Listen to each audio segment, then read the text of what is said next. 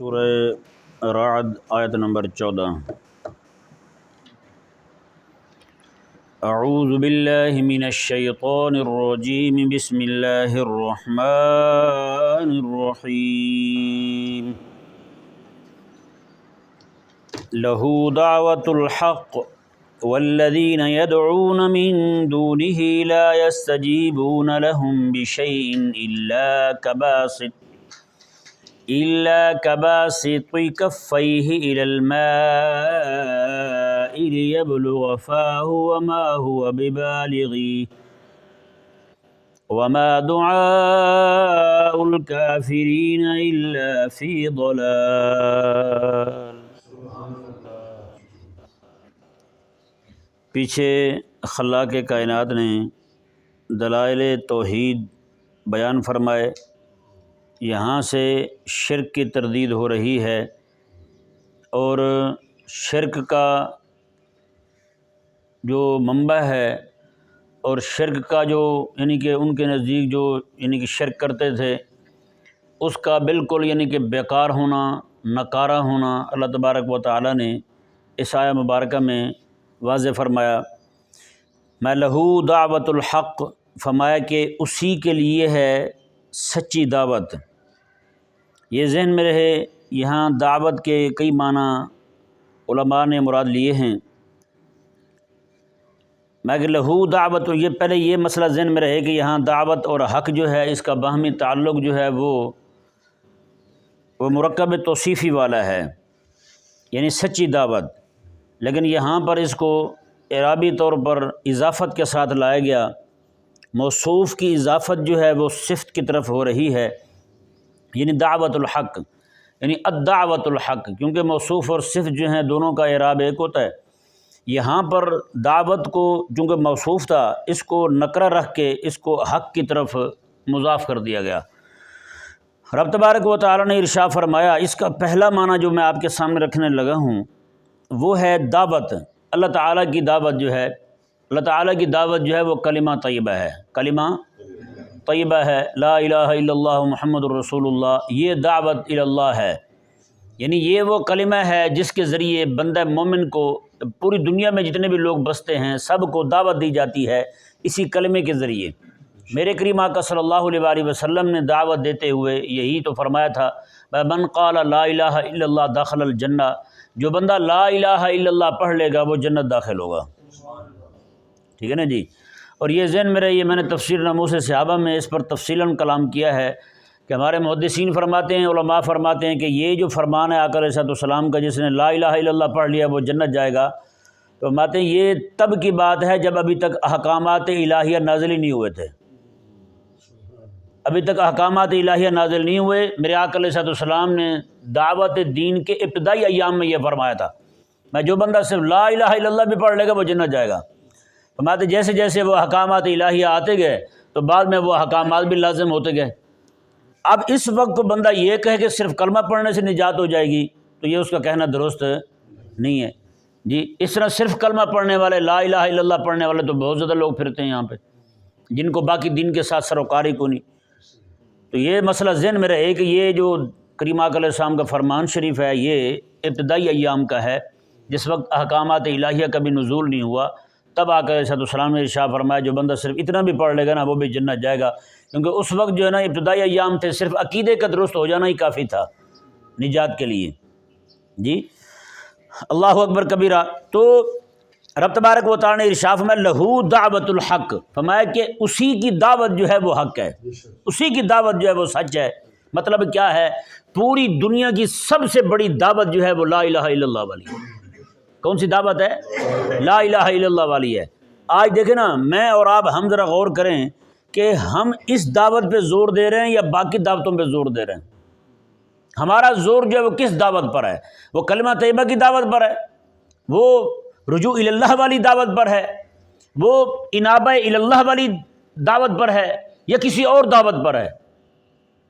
جس نے کلمہ پڑھ لیا مسلمان ہو گیا، اب وہ سمجھتا ہے کہ یعنی پہلے مسلمان تھا، کلمہ پڑھا ہوا تھا، کلمے کی دعوت اتنی نہیں دیتا تھا، جیسے کسی کے ساتھ منسلک ہوا تو اس کی دعوت شروع کر دی۔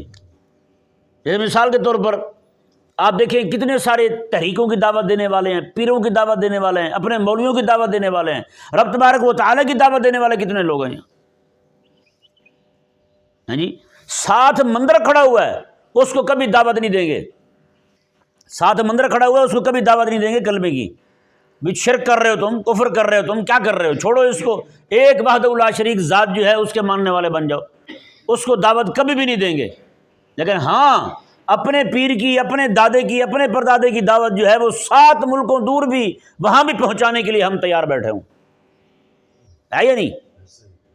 تو بھئی وہ کلمے کی دعوت جو ہے، جس دعوت کو لے کر کے میرے آقا صلی اللہ علیہ وآلہ وسلم اٹھے تھے، اور میرے آقا علیہ السلام نے یہاں تک فرمایا تھا، آقا علیہ السلام نے فرمایا تھا جب تک پوری دنیا کے لوگ جو ہیں وہ کلمہ نہیں پڑھ لیتے، اس دعوت کو قبول نہیں کر لیتے، تب تک میرے رب نے مجھے ان کے ساتھ لڑنے کا حکم دیا ہے۔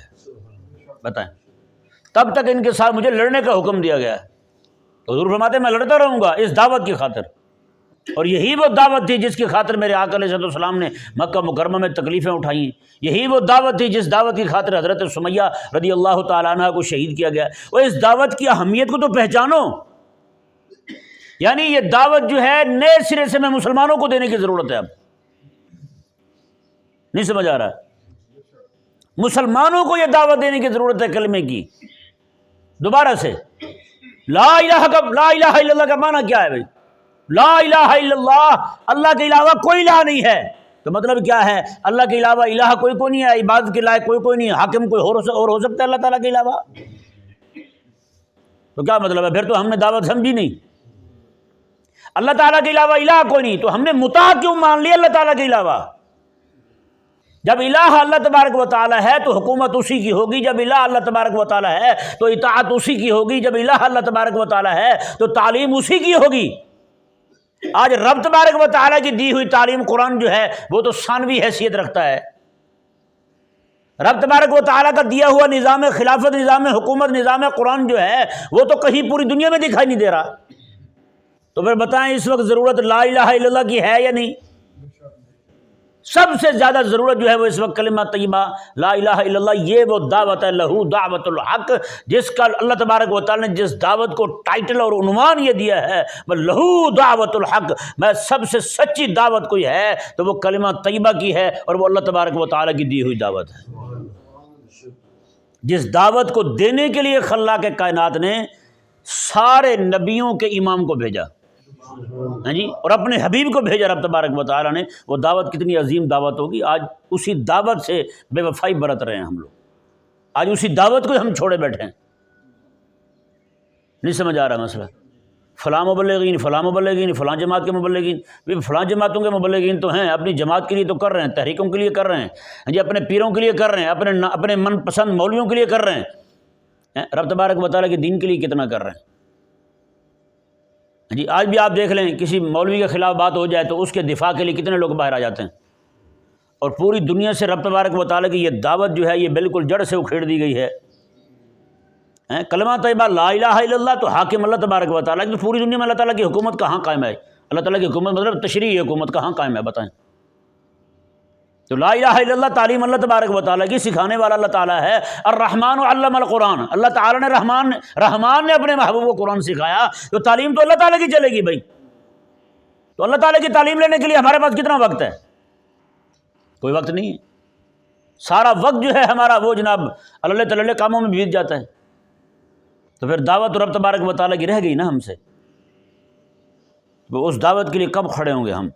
یہ وہ دعوت ہے جس دعوت کے لیے میرے کریم آقا علیہ السلام کھڑے ہوئے، یہی وہ دعوت ہے جس دعوت کے لیے میرے آقا صلی اللہ علیہ وآلہ وسلم نے خطبہ حجۃ الوداع میں ارشاد فرمایا تھا، بلغوا عنی ولو آیا، میں میری طرف سے پہنچا دو اگرچہ تمہارے پاس ایک ہی آیت ہو، اور رب تعالیٰ کی دعوت میں سے، رب تعالیٰ کی دعوت پوری کی پوری تمہارے پاس نہ بھی ہو، اس کی دعوت کا ایک حصہ ہی کیوں نہ ہو، ایک جز ہی کیوں نہ ہو، آقا علیہ السلام نے فرمایا کہ تم پہنچا دو آگے۔ قربان جائے میرے آقا علیہ السلام کے صحابہ کرام علیہ رضوان کی سواریوں کے منہ جس طرف تھے انہوں نے سواریاں اسی طرف ہی دوڑا دیں، ہاں جی، اس دعوت کو پہنچاتے پہنچاتے کہاں کہاں پہنچے آقا علیہ السلام کے صحابہ کرام علیہ رضوان، بتائیں یار۔ حضرت ابو ایوب انصاری رضی اللہ تعالیٰ عنہ آقا علیہ السلام کو اپنا گھر پیش کرنے والے، ہاں جی، اپنا گھر مدینے کا چھوڑ کر کے آپ جناب روانہ ہو گئے اس دعوت کو پہنچانے کے لیے۔ کہاں گئے؟ یورپ پہنچے، حضرت سیدنا ابو ایوب انصاری رضی اللہ تعالیٰ عنہ۔ حضرت سعد بن ابی وقاص رضی اللہ تعالیٰ عنہ کہاں پہنچے، حضرت امیر معاویہ کہاں پہنچے، مولا علی رضی اللہ تعالیٰ عنہ کہاں پہنچے، امام حسن اور حسین رضی اللہ تعالیٰ عنہما جن کے ہم نام کے نعرے لگاتے ہیں، ان کے نام کے لنگر کھاتے ہیں، وہ افریقہ تک جناب اس دعوت کو پہنچانے کے لیے گئے تھے، امام حسن اور امام حسین رضی اللہ تعالیٰ عنہ، بتائیں۔ تو وہی دعوت ہی تو ہے۔ حضرت داتا اجمیری رحمہ اللہ کہاں کے تھے بھلا پتہ ہے؟ غزنی کے تھے، آپ افغانستان کے تھے، اسی دعوت کو لے کر کے آپ یہاں آئے، لاہور میں بیٹھے، آج تک یہاں سے گئے نہیں واپس۔ تو یہ بزرگوں کے جو مزارات ہیں نا، کبھی ہم غور کریں نا، یہ کہاں کے تھے اور کہاں آئے؟ خواجہ معین الدین چشتی اجمیری رضی اللہ تعالیٰ عنہ کہاں کے تھے بتائیں، اور بیٹھے ہوئے کہاں پہ ہیں؟ جی مزار کہاں پہ آپ کا؟ ہند میں مزار ہے آپ کا۔ بابا فرید رحمہ اللہ کہاں کے تھے؟ خواجہ نظام الدین اولیاء رحمہ اللہ کہاں کے تھے؟ یہ بڑے بڑے بزرگ شیوخ اسلاف جو ہیں ہمارے، آج ان کے مزارات کو دیکھیں، کہاں مزار بنے ہوئے ہیں، وہ تھے کہاں کے؟ امام شافعی رضی اللہ تعالیٰ عنہ کو دیکھیں، کہاں پیدا ہوئے تھے؟ غزہ میں پیدا ہوئے امام شافعی رضی اللہ تعالیٰ عنہ۔ علم کہاں پایا ہے؟ حجاز میں علم پایا ہے۔ اور مزار کہاں پہ ہے؟ مصر میں مزار ہے آپ کا۔ حضرت سیدنا امام اعظم ابو حنیفہ رضی اللہ تعالیٰ عنہ کو دیکھ لیں، کہاں پہ پیدائش ہوئی تھی آپ کی؟ کوفہ میں۔ کوفہ میں پیدا ہوتے ہیں، کوفہ میں پڑھتے ہیں، کوفہ میں پڑھاتے ہیں، وہیں پہ آپ کا سارا وقت گزرتا ہے۔ آپ کا مزار بغداد میں کیوں ہے؟ کبھی غور کیا ہم نے؟ یہ اسی دعوت کی خاطر، جب آپ نے وہ دعوت حق بلند کی نا، ہیں جی، موجودہ دور کے حکمرانوں میں جب وہ دین کے معاملے میں ٹیڑھ آیا، وہ دعوت دین کے معاملے میں وہ جناب پس و پیش کرنے لگے، تو امام اعظم ابو حنیفہ رضی اللہ تعالیٰ نے پھر اپنا فتویٰ دیا۔ امام اعظم ابو حنیفہ رضی اللہ تعالیٰ نے آپ کی دعوت صرف اور صرف یہی تھی کہ خلافت جو ہے نا وہ علی منہاج النبوہ ہو، اسی طرز پر قائم کی جائے خلافت۔ حکمران جو ہیں وہ حضرت ابوبکر، حضرت عمر، حضرت عثمان، مولا علی رضی اللہ تعالیٰ عنہ کے تابع دار بن کے رہیں، انہی جیسی سیرت کو اپنائے حکمران، یہی دعوت تھی، اس کے علاوہ تو کوئی دعوت نہیں تھی آپ کی۔ تو آپ رضی اللہ تعالیٰ عنہ کو کوفہ سے گرفتار کیا گیا، بغداد میں آپ کو وہاں پہ قید رکھا گیا، بغداد میں ہی آپ کو زہر دیا گیا، یہیں پہ آپ کی شہادت ہوتی ہے، اور آج تک مزار امام اعظم ابو حنیفہ رضی اللہ تعالیٰ عنہ کا یہی ہے۔ بتائیں، باقی چھوڑے جن کے نام کی ہم 11ویں کھاتے ہیں، انہوں نے دعوت کے لیے کتنا کام کیا ہے۔ حضرت سیدنا شیخ الامام عبد القادر الجیلانی رضی اللہ تعالیٰ عنہ، آپ کا گھر کہاں پہ تھا بھلا؟ ہیں جی، آپ تو ایران کے رہنے والے تھے، گیلان علاقہ جو ہے وہ ایران کا ہے۔ اب یہاں سے 18 سال کی عمر میں اماں نے جناب پیسے دے کے بھیجا، بیٹا جا، اماں سے اجازت مانگی، اماں میں پڑھنے جاتا ہوں، پڑھنے کے لیے گئے، وہاں پہنچے بغداد میں تو وہیں رہے۔ اس کے بعد پھر آپ کا وہاں آنا ثابت کو نہیں، یہ پوری میں نے تاریخ کھنگالی ہے حضرت سیدنا شیخ الامام عبد القادر جیلانی رضی اللہ تعالیٰ عنہ کی۔ آپ کا وہاں سے پھر اماں کو ملنے کے لیے آنا بھی ثابت کو نہیں، ہاں آپ کی اماں آپ کو ملنے کے لیے ضرور گئی تھی، اور آپ کے ایک سفر حج میں بھی آپ کی اماں آپ کے ساتھ تھی۔ کس لیے گئے تھے؟ دعوت کے لیے گئے تھے، اور دعوت بھی ایسی دی آپ نے وہاں بیٹھ کر کے، 70 ہزار لوگ آپ کے مجمع میں ہوتے، آپ کا درس سنا کرتے تھے۔ آپ کے دروس کی کتاب الفتح الربانی شریف آج بھی دنیا کے لوگوں کو پکار پکار کے کہہ رہی ہے، اور اس کی آپ دعوت توحید دیکھیں اور اس کا دعوتی منہج آپ دیکھیں، آپ حیران ہو جائیں گے۔ لہو دعوت الحق کی کسی نے تفسیر پڑھنی ہو اور زبردست پڑھنی ہو تو حضرت سیدنا شیخ الامام عبد القادر جیلانی رضی اللہ تعالیٰ عنہ کے آپ دروس اٹھا کے دیکھ لیں، کیسے جناب کہاں سے اٹھے اور کہاں گئے جناب۔ بغداد میں جا کر کے وہیں پڑھے، وہیں پہ دعوت کا کام کیا، وہیں پہ زندگی ساری بتا دی، آج تک مزار غوث پاک رضی اللہ تعالیٰ عنہ کا وہیں پہ ہے۔ 70 ہزار بندے، اور حیران کن بات، اگلی بات، آپ کو آ کے اطلاع دی جاتی کہ آپ کا بیٹا فوت ہو گیا، آپ درس دیتے، درس بند نہیں کرتے تھے، وہ غسل دیتے بچے کو، کفن پہناتے، لے کے آتے ساتھی، یہ جنازہ جی، آپ ممبر سے اترتے، وہیں پہ جنازہ پڑھتے، جنازہ پڑھانے کے بعد فرماتے لے جاؤ تم دفن کر دو، میں ان کو حضور کا دین پڑھا رہا ہوں۔ ہے کوئی بندہ کسی میں ہمت ہے ایسی؟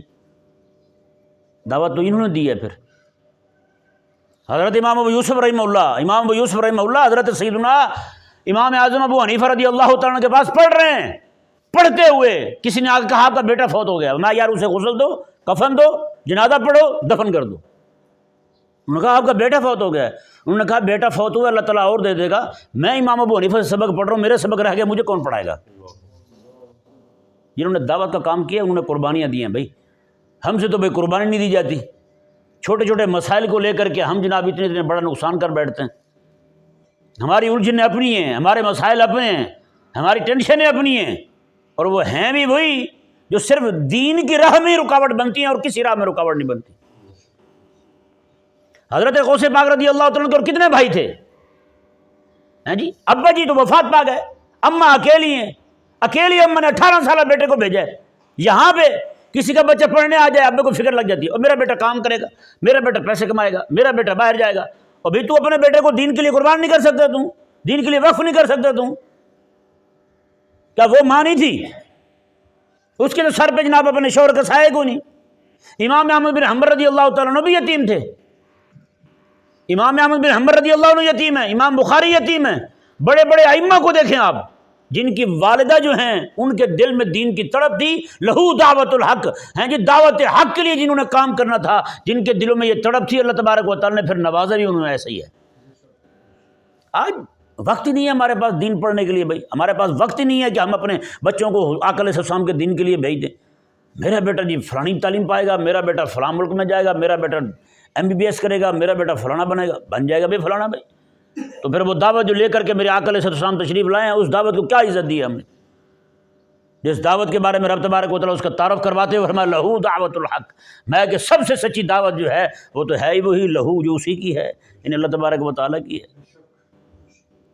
ہم نے صرف کلمہ جو ہے وہ جنازے کے ساتھ پڑھنے کے لیے رکھا ہوا ہے، جنازے کے ساتھ وہ پڑھتے وہ بھی کوئی نہیں، وہ بھی صرف یہی کہتے کلمہ شہادت، آگے کوئی نہیں پڑھتے ہیں کوئی، کہ میں نے نہیں دیکھا کسی کو پڑھتے ہوئے۔ ہاں سب پڑھتے ہیں۔ وہ دوسرے ایسے بے وقوف فتوے لگاتے رہتے ہیں، کہتے ہیں کلمہ نہیں پڑھنا چاہیے۔ میں نے کہا پڑھتے کہاں ہیں بے وقوف؟ وہ تو کوئی نہیں پڑھتے، وہ صرف نعرہ لگاتے ہیں کلمہ شہادت کا، آگے کوئی نہیں پڑھتا۔ کوئی کا دکا بندہ کو پڑھ لے تو پڑھ لے، جو کہہ رہا ہوتا پڑھتا وہ بھی کوئی نہیں، خاموشی سے کلمہ شہادت۔ تھوڑی دیر بعد ان کو ہاں بھائی زندہ ہو، مر تو نہیں گئے ہو، اصل فکر ان کو یہ ہوتی ہے کہیں نہیں یہ میت کو گرا دیں کہیں، چلو نعرہ لگا کے جگاتے رہیں ان کو۔ اللہ تبارک و تعالیٰ سمجھنے کی توفیق عطا، یا بھائی جھوٹی قسم اٹھائیں گے تب کلمہ پڑھ دیں گے۔ بھی یہ کلمہ آیا کیوں تھا یار؟ اللہ تبارک و تعالیٰ نے عطا کیوں فرمایا؟ یہ سب سے آخری کلمہ جو ہے اللہ تعالیٰ نے اپنے حبیب کو عطا فرمایا ہے، اپنے حبیب علیہ السلام کے صدقے میں اللہ تبارک و تعالیٰ نے اس امت کو عطا فرمایا ہے۔ یہ کلمہ جو ہے یہ ایسے صرف یہی نہیں کہ جب نماز کے بعد اونچی آواز میں پڑھ لیا اور اسی پہ لڑ لیے اور اسی پہ مناظرہ کر لیے، میری نماز میں خلل ہو گیا، میری نماز میں خلل نہیں ہوا، ایک خلل پڑ جاتا ہے، ایک خلل نہیں پڑتا، بس اسی بات پہ مناظرے کرتے رہیں۔ اونچی آواز میں کلمہ پڑھنا جائز ہے یا نہیں ہے، نیمی آواز میں پڑھنا چاہیے یا اونچی آواز میں پڑھنا چاہیے، اس پہ مناظرے کر لیا، اور نہیں بھائی نہیں، یہ کلمہ اس لیے تھوڑی آیا ہے۔ یہ تو کلمہ جو ہے یہ جو فاران کی چوٹی سے گونجا تھا، میرے آقا صلی اللہ علیہ وسلم نے پڑھا تھا، ہاں جی، وہ اقبال نے کیا کہا، کبھی وہ اس کی وہ نظم نکال کے دیکھے نا، ہیں اس نے اس پہ کمال لکھا ہے اقبال رحمہ اللہ نے۔ انہوں نے کہا کہ وہ ذرا غور تو کرو، وہ بجلی کا کڑکا تھا یا صوت ہادی، عرب کی زمین جس نے ساری ہلا دی، ہیں وہ ذرا غور تو کرے نا، ذرا وہ نظم تو پوری پڑھے نا، وہ کیا کہتا ہے اقبال رحمہ اللہ صرف اسی کلمہ لا الہ الا اللہ کے بارے میں۔ یہ کلمہ جو ہے جی صرف ہم نے یہی اس کے فضائل ہی سنایا، بھائی یہ ہو جاتا ہے تو وہ ہو جاتا ہے، اللہ اکبر نہ بھائی نہ۔ یہ کلمہ جو ہے یہ پوری دعوت ہے، یہ کلمہ جو ہے اللہ تبارک و تعالیٰ نے اس لیے دیا ہے کہ امت جو ہے پھر کسی اور کی طرف نہ دیکھے، ہاں جی، اطاعت کا معاملہ ہو تو اللہ تعالیٰ کے لیے ہو، ہاں جی، عبادت کا معاملہ ہو تو اللہ تعالیٰ کے، ہم عبادت تو اللہ تعالیٰ کی کرتے ہیں، تو اطاعت غیر کی کیوں کرتے ہیں؟ یہاں پہ نظام کفر جو ہے وہ کیوں قائم ہے ہمارے یہاں؟ ہاں جی، نظام عدل میں رب تعالیٰ کا قرآن کیوں نہیں جناب؟ نظام تعلیم میں رب تعالیٰ کا قرآن کیوں نہیں پہلے ہیں؟ ہمارے یہاں کیا ہوتا ہے جی؟ اب میں ان باتوں میں درست نہیں سمجھتا ان باتوں کو، لیکن آپ دیکھیں بچے جب پڑھتے ہیں اسکول میں تو کیا ہوتا ہے، انگریزی کے کتنے نمبر ہوتے ہیں؟ انگریزی کا پرچہ 100 نمبر کا ہوتا نہیں ہوتا، ریاضی کا پرچہ 100 کا، اور قرآن 50 کا۔ یہ کافر کی سوچ ہے ہیں؟ ہم پڑھتے تھے، بلکہ میں پڑھ گیا تھا تو وہاں پہ ایک قاری صاحب کو لائے امتحان دلوانے کے لیے باہر سے، تو مدرسے کا جو محتمم تھا وہ ساتھ بیٹھا ہوا تھا، تب ہمیں بھی سمجھ نہیں ہوتی تھی، میں نے لکھ دیا قرآن پاک کے 100 نمبر، محتمم گلے پڑ گیا میرے۔ وہ قاری صاحب جو آئے ہوئے تھے امتحان لینے والے، ان کے سامنے کہتے ہیں آج تک کبھی قرآن کے بھی 100 نمبر ہوئے؟ بتائیں، نعوذ باللہ من ذالک۔ یہ ذہن بنایا گیا ہے لوگوں کا کہ قرآن کے نمبر 100 کب ہو سکتے ہیں؟ یہ قرآن بھی ایسا، قرآن بھی کوئی ایسی تعلیم ہے، قرآن بھی ایسا کوئی قرآن کتاب ہے جس کے 100 نمبر پورے ہو جائیں؟ اس نے جناب قلم چھینا مجھ سے، جناب وہاں سے پکڑ کے 50 کر دیا، اس نے کہا 50 قرآن کے نمبر 50، 100 نہیں ہو سکتے، انگریزی کے 100 ہو سکتے ہیں، شیکسپیئر کی بکواسوں کے 100 ہو سکتے ہیں، برنارڈ شاہ کی جناب بکواسوں کے 100 ہو سکتے ہیں، ہاں اس طرح کے جو ان کی جو سکول کی کتابوں میں پڑھائی جاتی ہے فحاشی اور یعنی اس کے 100 ہو سکتے ہیں۔ رب تعالیٰ کا قرآن تو اس لائق ہی کیوں نہیں کہ 100 نمبر کا ہو جائے؟ نعوذ باللہ من ذالک۔ آپ سوچ سکتے ہیں کہ کس حد تک ہمارا رویہ جو ہے وہ پہنچ چکا ہے رب تعالیٰ کے قرآن کے معاملے میں، اور یہی وجہ پوری قوم نے پھر قرآن کو دیا ہی وہی نمبر ہے۔ پھر سویرے سویرے جناب سکول جائیں گے، دوپہر کے واپس آئیں گے، پھر وہی بستے اٹھا کے پھر اکیڈمی جائیں گے، وہاں ٹیوشن پڑھنے جائیں گے، وہاں سے واپس آئیں گے، قاری صاحب 10 منٹ پڑھانا ہے بچے کو، ہاں جی قاری صاحب پڑھانے کے لیے بچہ ستا ہوا ہے جی، اب سویا ہوا ہے جی، ہاں بچے کو اب کھنگ لگی ہوئی ہے جی، بچہ جو ہے ابھی جوس پی رہا ہے جی، حد نہیں ہوگی ویسے؟ جب قرآن پاک جو ہے وہ چل کے تمہارے دروازے پہ آئے، تم ایسے نخرے دکھاؤ تو بات تو ختم ہو گئی۔ پھر لہو دعوت الحق کا مطلب کیا رہا؟ پھر ہم لہو دعوت الحق کو سمجھے ہی کوئی نہیں۔ پھر وہ قرآن کریم جس کو لے کر کے میرے آقا صلی اللہ علیہ وسلم آئے ہیں، ہاں جی اللہ تبارک و تعالیٰ نے سارے نبیوں کے تاجدار کو قرآن دے کے بھیجا ہے، ہاں جی اتنا عظیم قرآن، ہاں جی جہاں جہاں حضور جا رہے ہیں وہاں قرآن آ رہا ہے، اور ہمارا قرآن کے ساتھ رویہ یہ ہم کہتے ہیں جی قرآن تو 100 نمبر کا ہو ہی نہیں سکتا۔ ویسے تو یہ نمبر تو 100 کیا ہیں یار، رب تبارک و تعالیٰ کا قرآن تو اتنی شان اس کی وراء البراء ہے، تو یہ نمبر شمبر تو یہ انگریز کے بنائے ہوئے ہیں، یہ علمی ٹمپریچر لکھتے ہیں نا انگریز، ہمارے ہاں یہ تھوڑی تھا، ہمارے یہاں نمبر والا حساب ہی کو نہیں تھا مسلمانوں میں، نہیں سمجھ آ رہا مسئلہ؟ ہمارے ہاں کامیاب یا ناکام، بس یہ 2 چیزیں تھیں، یہاں نمبر آ گئے، انہوں نے نمبر لکھ لیے، علمی ٹمپریچر وہ لکھ لیے جناب، آج جو ہے علمی ٹمپریچر اس کا جناب 90 ڈگری ہے، کیا خیال ہے 10 سال بعد بھی وہی ہوگا؟ ہمارے ہاں کیا ہوتا تھا؟ ہمارے ہاں یہ ہوتا تھا کہ جب کوئی عالم بنتا تھا نا، پورا عالم بن گیا جی، 10 سال کے بعد بھی وہ آیا ہے تو اس سے پوچھا جاتا تھا ہاں جی آپ نے جو پڑھا تھا وہ سنائیں ذرا، وہ آگے سے کیا کہتا تھا؟ میں جو پڑھ کے آیا ہوں وہ سن لیں، آپ جہاں سے مرضی سن لیں۔ یہ ہوتا تھا ہمارے ہاں، بتائیں؟ یہ نہیں جناب ہاں بھی علمی ٹیمپریچر لکھا ہوا ہے، وہ جو نمبر لکھے ہوئے میرے وہ لے کے آؤ بھی، آج جو بندے کو بخار ہے 10 دن بعد بخار دکھا گیا، وہی بخار ہوگا اس کو؟ وہ تو نہیں ہوگا، ٹیمپریچر تو گیا اس کا۔ تو بھئی یہ کیا ہے سارا؟ اللہ تبارک و تعالی ہم سب کو سمجھنے کی توفیق عطا فرمائے۔ یہ آیت مبارکہ دیکھیں، اس پہ مزید جو ہے نا وہ اس کے باقی معانی پہ انشاءاللہ گفتگو کریں گے۔ لہو دعوت الحق، میں اسی کی دعوت سچی ہے، اسی کی دعوت سچی ہے۔ والذین یدعون من دونہ لا یستجیبون لہم بشیء، مگر وہ لوگ جو اللہ کو چھوڑ کر اوروں کی عبادت کرتے ہیں، رب تعالیٰ نے فرمایا وہ تو ان کی کسی بات کا جواب بھی نہیں دے سکتے، کسی بات کا الا کباسط کفیہ الی الماء لیبلغ فاہ وما هو ببالغہ۔ رب تبارک و تعالیٰ نے فرمایا کہ یہ ان کی مثال ایسے ہی ہے جیسے کوئی بندہ پانی کے سامنے کھڑے ہو کے کہے، پانی کو پکارے کہ آجا پانی میرے منہ میں آجا۔